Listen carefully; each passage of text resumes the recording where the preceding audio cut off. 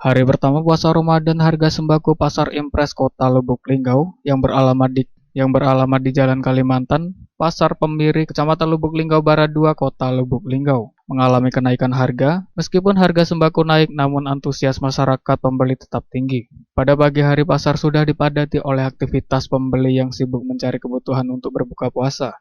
Beberapa sembako yang umumnya mengalami kenaikan harga pada bulan puasa adalah daging ayam, telur ayam, bawang merah, dan cabai. Meskipun harga kebutuhan pokok melonjak, tampaknya tidak mempengaruhi keinginan warga Kota Lubuk Linggau untuk berbelanja. Meski mereka mengeluh, namun tetap membeli demi memenuhi kebutuhan puasa.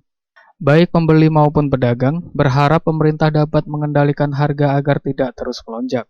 Para pedagang juga mengakui kesulitan menjual jika harga barang sudah tinggi. Kondisi ini menyoroti pentingnya peran pemerintah dalam mengendalikan inflasi dan menjaga stabilitas harga, terutama pada bulan-bulan puasa di mana permintaan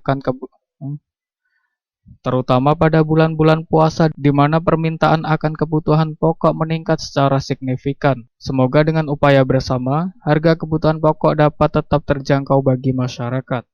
Rizky Ria Anggraini, Silambari TV melaporkan.